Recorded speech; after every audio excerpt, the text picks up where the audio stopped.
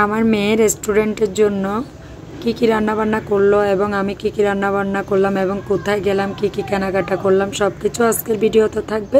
চলুন শুরু করা যাক। আসসালামু আলাইকুম everyone, welcome back to my new video. এটা আসলে অনেক দিন আগে করা ভিডিও, আপলোড দেওয়া হয়নি, তাই ভাবলাম আজকে শেয়ার করে দিই আপনাদের সাথে। ফাইনালি চলে গেলাম কোথায়, বাচ্চাদের জন্য জুতো কিনতে, রাফিসের জন্য, সাথে আমার জন্য দেখব। তো আমরা প্রথমে নিউ মার্কেটের সামনে দিয়ে যাওয়ার টাইমে দেখলাম ওইখানে 150 টাকা থেকে শুরু করে 1000 টাকার জুতো পাওয়া যায়, পাশাপাশি ব্যাগ, কাপড় চোপড় সব ধরনের কালেকশন পাওয়া যায় নিউ মার্কেটের সামনে। হকার্সে খুবই সুন্দর সুন্দর জুতো দেখা যাচ্ছে। তো আমরা এগুলো দেখতে দেখতে চলে গেলাম কোথায়, রিয়াজউদ্দিন বাজারে। এখন চলে আসছি এখানে তাবাসসুমের জন্য জুতো দেখতেছি, সাথে আয়াতের জন্য এবং আমার জন্য, রাফিসের জন্য জুতো কিনবো। তো জুতোগুলো কেমন হয়েছে আপনারা অবশ্যই কমেন্টের মধ্যে জানাবেন, আপনাদের সাথে শেয়ার করব। তো জুতো এখন পছন্দ করতেছি, সাথে তাবাসসুমের জুতো পছন্দ করতেছে কি জুতা নেবে রাফিসের জন্য। তো এখন তাবাসসুম এগুলা দেখতেছে, ওর পা মাশাআল্লাহ অনেক বড়, আমাদের পায়ের সাইজ হয়ে গেছে ও। তো এখন জুতাগুলো কেমন লাগছে আমার মেয়ের পায়ে অবশ্যই জানাবেন। আর আজকের ভিডিওটা দেখে আপনাদের কেমন লাগছে অবশ্যই কমেন্টের মধ্যে জানাবেন। ভিডিওটা ভালো লাগলে লাইক কমেন্ট শেয়ার করে দিবেন।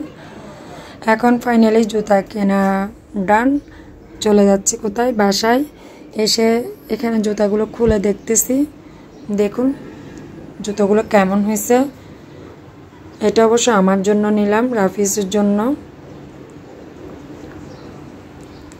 সাথে একটা ছোট ব্যাগও নিয়ে নিলাম, এমনি কাপড়ের ব্যাগ, জাস্ট এতটুকু। আর এদিকে দেখুন আমার মেয়ে রেস্টুরেন্টরা চলে আসছে। আমার বড় মেয়ের নিজের হাতে রান্না করছে, ফ্রাইড রাইস এবং চিলি চিকেন করছে ওদের রেস্টুরেন্টের জন্য, সাথে ওর ভাই বোনের জন্য, সবাইকে একসাথে খেতে দিল আমার বড় মেয়ে।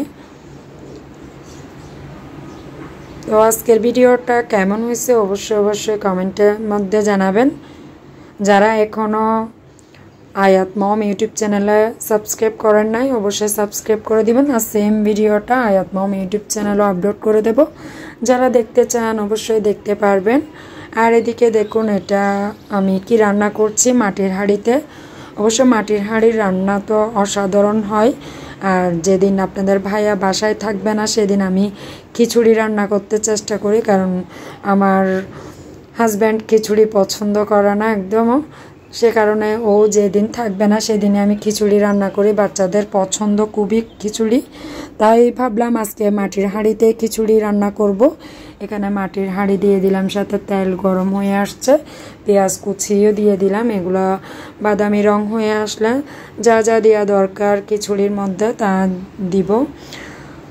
শুধু মসুর ডাল দিয়ে আমি আজকে খিচুড়ি রান্না করছি, সাথে মাছ ফ্রাই করব। আর এখানে আমি বাটা মশলাও দিব। তো এখানে মশলা সব কিছু দেওয়া হয়ে গেছে খিচুড়ি রান্না করার জন্য। মশলাগুলো ভালোভাবে কষানো হয়েছে যখন, এখন চাল ডাল এগুলো সব একসাথে দিয়ে দিলাম। অন্য সময় আমি আলু দিই, কিন্তু আজকে আলুও দিলাম না, জাস্ট ডাল দিয়ে রান্না করছি খিচুড়ি। তো এখন পানিও দিয়ে দিলাম, খিচুড়ি রান্না হোক আস্তে আস্তে, আমি অন্য কাজ করে নিব। ফাইনালি দেখুন পানি শুকিয়ে আসছে, খিচুড়ি মোটামুটি হয়ে আসছে। অবশ্যই কেমন হয়েছে আপনারা কমেন্টে জানাবেন। এটা আসলে অনেক দিন আগে করা ভিডিও খিচুড়ি, কিন্তু মাশাআল্লাহ অনেক মজা হয়েছে। মাটির হাঁড়ির মানে যেটাই রান্না করি না কেন সবগুলোই ভালো লাগে, বিশেষ করে খিচুড়িগুলো অনেক মজা হয়েছে। তো ফাইনালি খিচুড়ি রান্না ডান। খিচুড়ি হট বক্সে নিয়ে নিই আমি, আমার বড় মেয়ে কলেজ আস্তে আস্তে দেরি হয়ে গেলে ঠান্ডা হয়ে যাবে, সে হট বক্সে নিয়ে রেখে দিই। এক বক্স আগে গরম গরম খাওয়া যাবে, খিচুড়ি গরম গরম খেতেই ভালো লাগে। নিয়ে যখন কলেজে নিয়ে গেলে